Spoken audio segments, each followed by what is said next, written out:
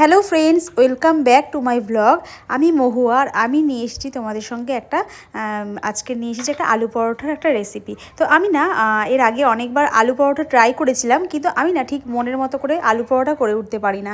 তো আমি যখন গেছিলাম মানালিতে ঘুরতে, তো সেখানে আমি না বেশ আলু পরোটা খেয়েছিলাম। আর ওরা না এত সুন্দর আলু পরোটা বানায় যে কি বলবো। ওখানে মানে হিমাচল প্রদেশের যেখানে লোকগুলো দেখি এত সুন্দর আলু পরোটা বানায় যে একটা আলু পরোটা কিন্তু 60 টাকা মতো নিয়েছিল, কিন্তু একটা পিস এত বড় আর এত সুন্দর যে কি বলবো। বা খেয়েও যেমন তৃপ্তি লেগেছে, সেরকম খুবই টেস্টি।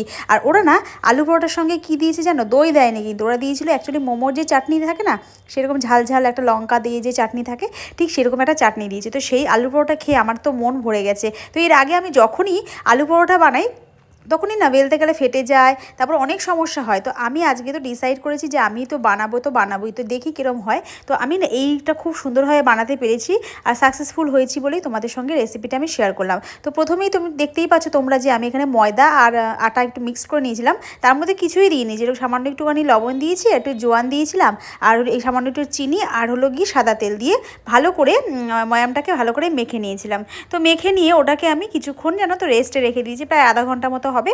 তো আমি যখন বানাবো তখন একেবারে বেরবো বলে আমি একবারে ওটাকে সুন্দর করে ঢেকে রেখে দিয়েছিলাম, জানো তো। আর এত ভালো লেগেছে যে কি বলবো। আর এগুলো না বেশিরভাগই মানে বলতে গেলে যারা নন বেঙ্গলি আছে তারা খুব ভালো এগুলো বেশিরভাগই খায় দেখেছি, আর বাঙালিরাও খায় না না। তবে আমার শাশুড়িও খুব সুন্দর এটা করতে পারে। তো ওনার কাছে অনেকবার জিজ্ঞাসা করেছিলাম, তো উনি আমাকে বলতো তুমি আস্তে আস্তে করে বেলবে, দেখবে খুব সুন্দর হবে। তো আমি না কখনোই সাকসেসফুল হতাম না। তো এদিকে দেখো এবারে আমি ট্রাই করেছিলাম। তো এদিকে দেখো 4-5টা আলু মতো দিয়ে দিয়েছি। ছোটো ছোটো আলু ছিল না, তো আমার কাছে না বড় আলু ছিল না। তো আলু প্রায় শেষ হয়ে গেছিলো, তো যে আলু ছিল সেই আলুটাই দিয়ে দিয়েছি। তো এখানে দেখতেই পাচ্ছ। তো এই আলুগুলোকে আমি এরকমভাবে প্রেশার কুকারে দিয়ে দিয়েছি। তো প্রেশার কুকারে দিয়ে একটা সিটি মেরে নেবো, জানো তো। তো আলু তো একটা সিটি দিলেই পুরো গলে যাবে, কারণ আলু তো একদম বেশি সেদ্ধ হতে সময় লাগে না। তো এদিকে ঠান্ডা হয়ে গেছে, তাও হালকা হালকা গরম ছিল। তো এদিকে আমি মানে ওটাকে খোসাগুলোকে চাপ দিয়ে ভেঙে নিয়েছি। এবার ভেঙে নিয়ে এর মধ্যে মশলা বলতে গেলে সেরকম কিছুই দিইনি। দিয়েছিলাম লবণ আর হলো গিয়ে পেঁয়াজ কেটে রেখেছিলাম, মাঝারি সাইজে 2টো পেঁয়াজ আমি কেটে রেখেছিলাম। আর তোমরা লঙ্কা যেরকম খাবে পরিমাণ মতো সেরকম তোমরা কাঁচা লঙ্কা দিতে পারো। তো কাঁচা লঙ্কা, পেঁয়াজ, লবণ আর হলো গিয়ে ওই আমচুর যে পাউডারটা থাকে না, যেমন যে চাট মশলা যে পাউডার থাকে, সেই পাউডারটা আমি একটু দিয়েছিলাম। আর এর মধ্যেও না সামান্য অল্প একটু জোয়ান দিয়ে দিয়েছিলাম। এবার দিয়ে ওটাকে ভালো করে ওটাকে মেখেছিলাম। তো তোমরা ভালো করে মাখবে, জানো তো, মানে কোনো রকম যাতে দলা দলা না থাকে ভেতরে, বা কোনো রকম গুটি টাইপের কোনো কিছু না থাকে আলুর। একদম যেন স্ম্যাশ করে নেবে হাত দিয়ে চটকে ভালো করে মেখে নিয়েছি।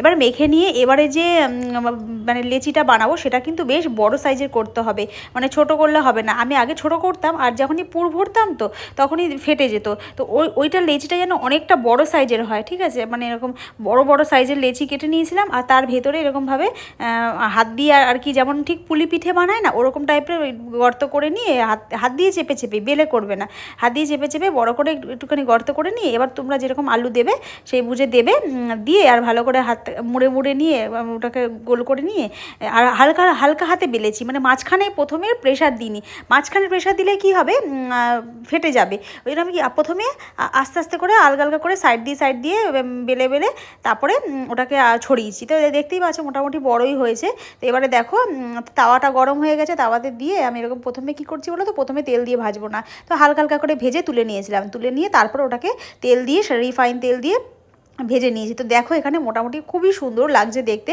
আর খুব টেস্টি হয়েছে, জানো তো। পরোটাটা মানে আমার কাছে সাকসেসফুল হয়েছে, এই পরোটাটা বানিয়ে আমি সাকসেসফুল হলাম। আর এদিকে দেখতে পাচ্ছ দই নিয়ে নিয়েছিলাম। তো দইয়ের সাথে একটু মানে বিট লবণ দিয়ে আর এটাকে আমরা খেয়ে নিয়েছিলাম। আর একটুখানি ওই যে বলে না যেটাকে বলে গোলমরিচ, সে গোলমরিচও দিয়ে দিয়েছিলাম। আর তোমাদেরকে আমি দেখাচ্ছি, দেখো পরোটাটা তোমাদেরকে ছিঁড়েও আমি দেখাচ্ছি। ভেতরে পেঁয়াজগুলো একদম যেন কত সুন্দরভাবে মানে সেদ্ধ হয়ে গেছে। আমি ভেবেছিলাম কাঁচা থাকবে, কিন্তু না, একেবারেই সিদ্ধ হয়ে গেছে। লঙ্কা আর তোমরা একটু লো আছে করবে, আঁচ বাড়িয়ে দিলে কী হবে, তো পুড়ে যাবে। তো বন্ধুরা আজকে ভিডিওটা এইটুকুনি, টাটা। ফিরে আসবো অন্য কোনো ভিডিও নিয়ে। ভিডিওটা যদি ভালো লাগে লাইক করবে, অবশ্যই কমেন্ট করবে আর শেয়ার করে দেবে পারলে।